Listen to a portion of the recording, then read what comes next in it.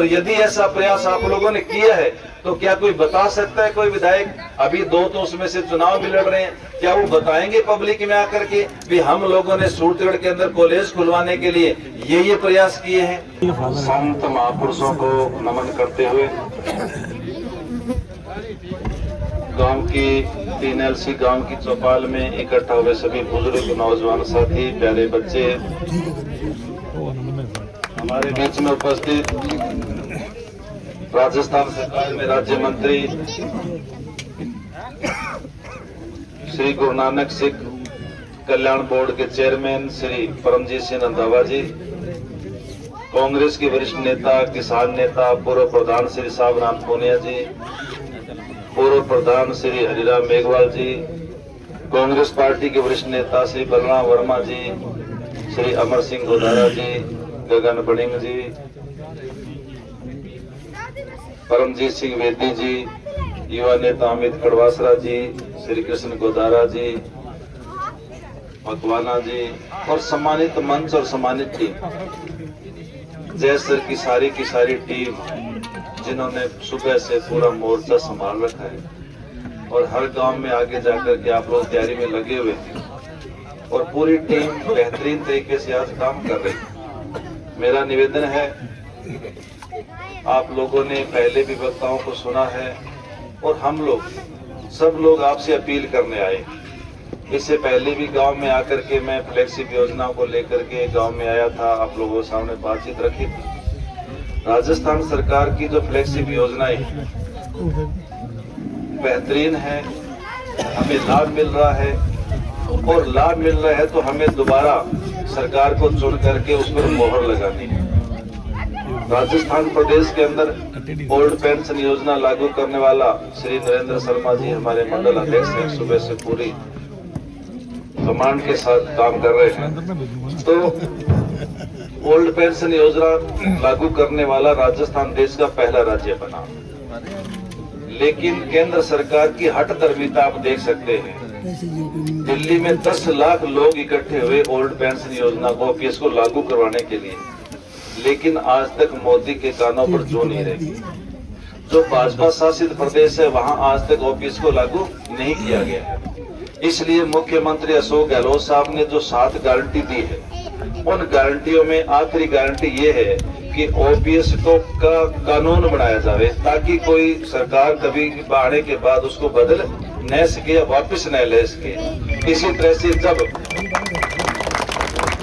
किसान दिल्ली जा रहे थे उनको रोका गया, दिल्ली में घुसने नहीं दिया गया और दिल्ली में किसान है वो 13 महीने तक किसान बैठे रहे। 700 किसानों की मौत हुई, लेकिन एक भी संवेदना का शब्द है वो प्रधानमंत्री के मुंह से नहीं निकला। पूरे देश की सरकारें, पूरे देश के लोग है वो यानी संवेदनाएं प्रकट कर रहे थे, लेकिन मोदी जी के मुंह से एक शब्द भी नहीं निकला। तो ये जो हठधर्मिता है, इतनी हठधर्मिता के बावजूद भी अभी जो पिछले दिनों तिजारा के अंदर बयान आया है, वो बयान कोई अचानक मुंह से निकला हुआ बयान नहीं है, चलते में कोई मुंह से निकल गया, जानबूझ करके दिया हुआ बयान है ताकि वहां वोटरों का पोलराइजेशन हो, एक वर्ग इधर हो जाए और दूसरा वर्ग ऑटोमेटिक इधर हो जाए। इस तरह से करने का ये प्रयास किया जा रहा है। देश के अंदर जो सांप्रदायिक सद्भाव है उसको बिगाड़ने का काम हो रहा है और सांप्रदायिक सद्भाव, सांप्रदायिकता को फैलाने का काम जानबूझ के किया जा रहा है ताकि सिर्फ वोट की राजनीति की वजह से ये बातें सारी की सारी है वो देश को तोड़ने वाली बातें हैं, संविधान को खत्म करने वाली बातें हैं।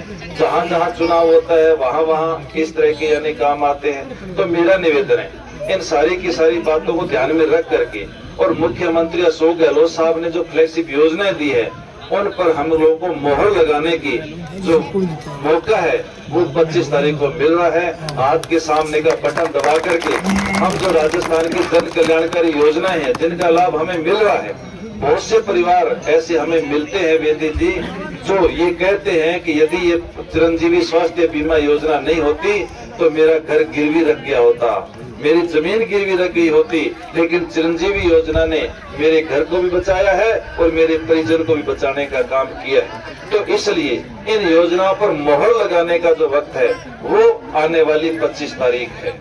दूसरा मेरा निवेदन है मुझे जब भी थोड़ा सा मौका मिला राज्य मंत्री के तौर पर, मैं कोई जीता हुआ मंत्री नहीं था, लेकिन फिर भी थोड़ा सा मौका मिला, मैंने प्रयास किया सूरतेड़ विधानसभा क्षेत्र के अंदर कुछ नए काम करवाने की, और ऐसे काम करवाए वास्तव में जो यानी ऐतिहासिक है, जो कभी नहीं होने वाले थे। सावित्रीबाई फुले कन्या छात्रावास बीकानेर संभाग को एक मिला, जो मैं सूरतेड़ के अंदर लेकर के आया। आयुर्वेदिक चिकित्सालय में पंचकर्म सिस्टम जो गंगानगर जिले को एक मिला, वो मैं सूरतेड़ में लेकर के आया। 77 साल 1977 के बाद 46 साल बाद दूसरा कॉलेज है वो सूरतेड़ विधानसभा क्षेत्र के अंदर बना। क्या किसी ने 40 साल के सांसदों से, विधायकों से किसी ने सवाल किए भाई आप लोगों ने कभी क्यों नहीं प्रयास किया? और यदि ऐसा प्रयास आप लोगों ने किया है तो क्या कोई बता सकता है, कोई विधायक, अभी 2 तो उसमें से चुनाव भी लड़ रहे हैं, क्या वो बताएंगे पब्लिक में आकर के भी हम लोगों ने सूरतेड़ के अंदर कॉलेज खुलवाने के लिए ये प्रयास किए हैं? कोई बताएगा? नहीं बता पाएंगे, क्योंकि प्रयास हुआ ही नहीं है। तो इसलिए मेरा निवेदन है, जयसर की पीएससी को सीएससी में क्रमोन्नत करवाने का काम किया। हरिराम जी बैठे हमारे पास, प्रधान जी, और यहाँ की पूरी जयसर की टीम बैठी है। ये सारे के सारे लोग मिलकर के गए कि हमें तो पीएससी से सीएससी चाहिए, हमें पता नहीं कैसे लेकर के आओगे। मैंने सीएम साहब के सामने बात रखी, सीएम साहब ने उसको बजट के अंदर घोषणा की, और पूरे यानी इलाके को इस बात का लाभ मिला। और गोपी बड़िंग जी और इनके परिवार ने उसके लिए जगह है वो यानी दान दी, तो उसके लिए वास्तव में एक बहुत अच्छा काम इसलिए हुआ है। और आज मैं ये कहना चाहता हूँ कि जयसर जो है आज भी उसमें नगर पालिका के मापदंड पूरे करती है। जयसर को नगर पालिका का दर्जा दिलवाने का काम हम लोग करेंगे। जयसर के अंदर वो तहसील है, उसे तहसील बनाने का काम करेंगे, और जयसर के अंदर कॉलेज बनाने का काम भी करेंगे, और जयसर में बाईपास का काम भी। बाईपास के लिए कागजी कार्रवाई हमने चलाई थोड़ी बहुत, रंधावा जी को पता है, लेकिन वो ज्यादा आगे नहीं बढ़ पाई। लेकिन अभी जीतने के बाद जयसर के अंदर बाईपास का काम भी बड़ी मुस्तैदी के साथ जल्दी से जल्दी करवाने का काम करेंगे। मेरा निवेदन है, एक बार आप लोग सेवा का मौका दें। मैंने मेरी जिंदगी में आपके आशीर्वाद और आपके प्यार के अलावा कुछ भी नहीं कमाया है, और मेरी सबसे बड़ी जो संपत्ति है, सबसे बड़ी जो कमाई है, वो आप लोगों का आशीर्वाद है। और यही वजह है कि यदि टिकट को पैसों से टिकट मिलता तो टिकट मुझे नहीं मिलता, टिकट लेने वाले और बहुत लोग थे। यदि राजनीतिक अप्रोच की वजह से, दबाव की वजह से टिकट मिलता तो भी मुझे नहीं मिलता, और लोग बहुत थे। मुझे जो टिकट मिला है वो आप लोगों के आशीर्वाद की वजह से मिला है। और आज मैं चौराहे पर ये बात धड़ल्ले से कह सकता हूँ कि जिस तरह से आप लोगों ने टिकट दिलाने में मुझे मदद की है, उसी तरह से जिताने में आप लोग मेरी मदद करेंगे। मैं आप जैसा कार्यकर्ता हूँ, सामान्य से परिवार का सदस्य हूँ, आपका भाई हूँ, आपका परिवार का सदस्य हूँ। मेरा जो परिवार है वो आप लोग हैं, और मेरी संपत्ति आपका आशीर्वाद है। इसलिए इस सबको बनाए रख करके मेरे से जो भी काम होगा आप लोग आधी रात मुझे याद करोगे। डूंगरराम के इधर तैयार रहेगा, पहले भी तैयार रहा हूँ। जो भी इधर से मेरे कार्यकर्ता गए हैं, जो भी काम आप लोगों से यानी मेरे से बन पड़ा वो करवाने के मैंने प्रयास किए हैं, और आगे भी तैयार रहूंगा। लेकिन 25 तारीख तक पूरी मुस्तैदी के साथ इस पूरी की पूरी बेल्ट को संभालने की आपकी जिम्मेदारी है। एक एक पोलिंग बूथ पर जाकर के, एक एक वोटर पर जाकर के, एक एक वोट को संभालने की जिम्मेदारी है। ये न हो कि हम और कहीं गाड़ियां लेकर के घूमते रहें और हमारे खुद के बूथ पर पीछे से कोई डाका पड़ जाए या कोई चोरी हो जाए।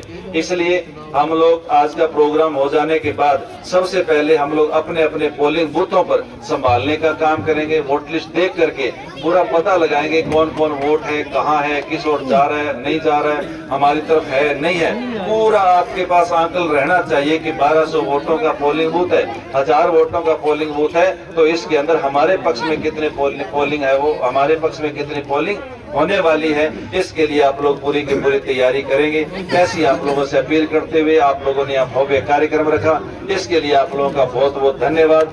जय हिंद, जय कांग्रेस, विजय कांग्रेस।